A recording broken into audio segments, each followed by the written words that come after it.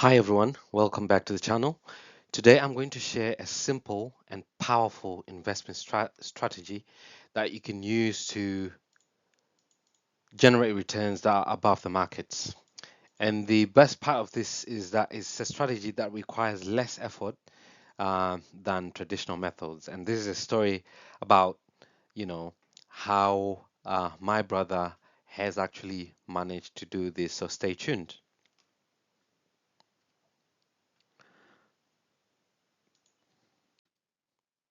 So my brother, who has no finance background at all, has found a way to generate returns above the market with less effort than what I was actually doing. Uh, I took the time to teach him most of the things that he knows. He's probably done a lot of research on his own as well, which has led him to become quite a very savvy stock picker. So, what my brother does is very simple, and if you stay tuned, I'll show it to you in detail. So, this approach is a two-tiered system where he uses index funds for the larger part of the portfolio, and then he picks very good stocks for the other part of the portfolio. And in the next slides, I'm going to show you exactly how he does this and how you can also do this to generate returns that are above the market. I myself don't really like to make returns of 10% when I know that I could actually make 20% every year with a little bit of research or effort. So stay tuned and I'll show you how he does this. So this two-tiered strategy, it's quite simple, and I want to break it down to you so that you understand and you can go out there and be able to use it in your portfolio. So 80% of the portfolio is in high return index funds for beta. So beta is just simply your market returns because most index funds will track the market. For example, the S&P 500 or the Nasdaq 100, which is one of my favorite indices because it's got a lot of growth stocks in it, so it has a very high return.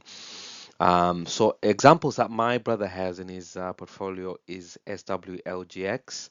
All these are Schwab indices, and SWLGX has actually returned about 42% this year, which is quite good.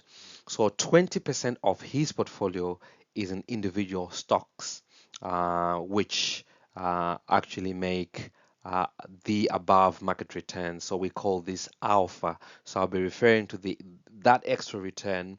I'll be referring to it as the alpha return. So step one, the 80% base is kind of like your foundation, and this moves in tandem with the market. So the first tier of the strategy is to allocate um, a larger portion of your portfolio. And in this case, with my brother, he's going with 80% of his portfolio into high return index funds. So if you get something that is more leaning more towards growth, so there are a lot of tech indices out there. I personally use the iShares Nasdaq 100 index. You could also, look around for indices that are leaning towards your AI or tech companies. So invest 80% of that into your portfolio um, in index funds, and then these funds will then track the overall markets and provide stable and predictable returns. So beta represents the market returns, and if the market moves by 10%, they will also move by 10%. So this year, the market has done about 28%.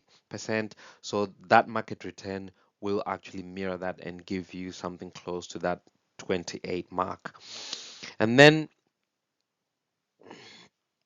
after that, you use your the 20% of your portfolio which now seeks alpha.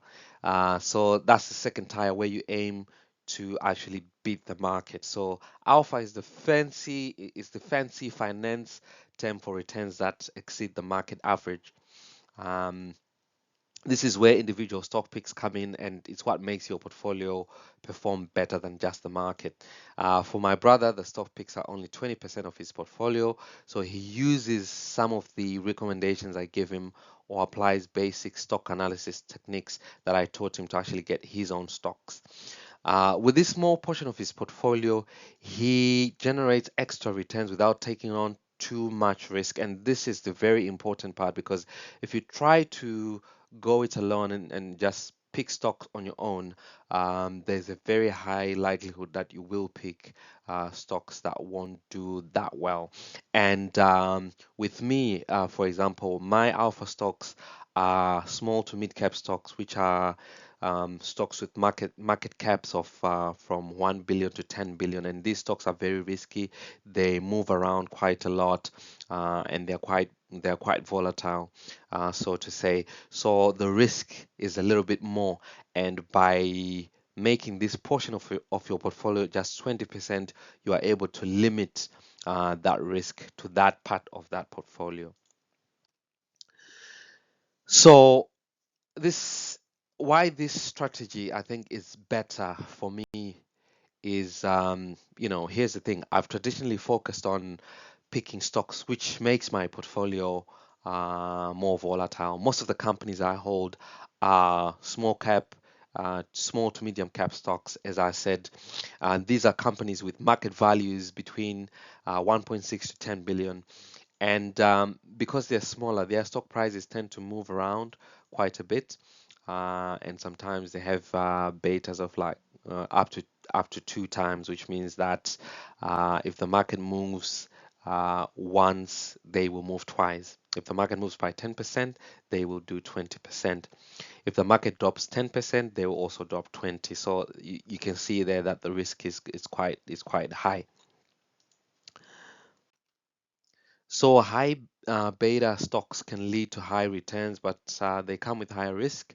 And in finance, there's this term known as risk-adjusted returns. So the importance of risk-adjusted returns is that while higher beta stocks give you bigger returns, they also carry more risk. So sometimes you are not rewarded enough for that risk.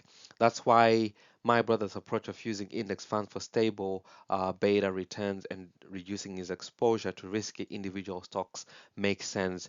You have to be rewarded for your risk. If you're not being rewarded for your risk, you are just playing around with fire, and you're just lucky you didn't get burnt, but you could get burnt sooner or later. So by slowly shifting my portfolio, I have been able to also beef up my index funds, and I can achieve similar returns to what I'm getting before, but with less risk.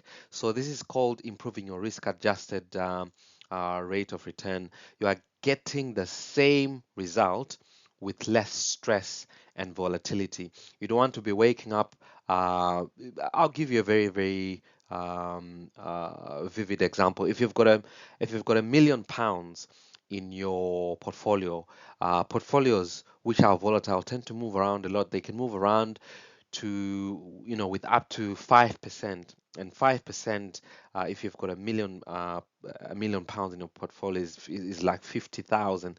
So your portfolio will be going up and down 50,000 a day. That's a lot, you know whereas if you've got more stable index funds for the bigger part of your portfolio might move around maybe 1% or 2%, which is like 10,000.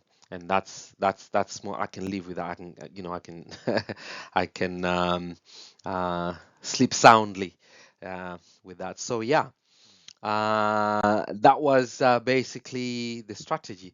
So why should you try this strategy? I think there are three major reasons why I would encourage you to try this strategy. So number one, it's simple. The bulk of your portfolio grows with the market. It's less risky. The funds are spread, across a lot of companies, across a lot of industries, reducing the chances of major losses. You can actually pick index funds that have like stocks from all around the world, like all world index funds. And then the third thing is that it's effective. The smaller stock picking portion provides that extra boost to your returns. So that's basically it.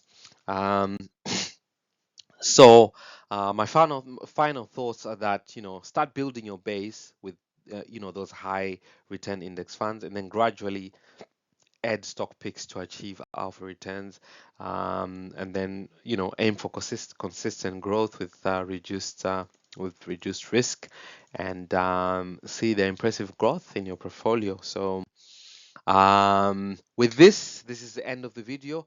I wanted to keep it short because I don't want it to get too long. So share your thoughts in the comment. Please subscribe.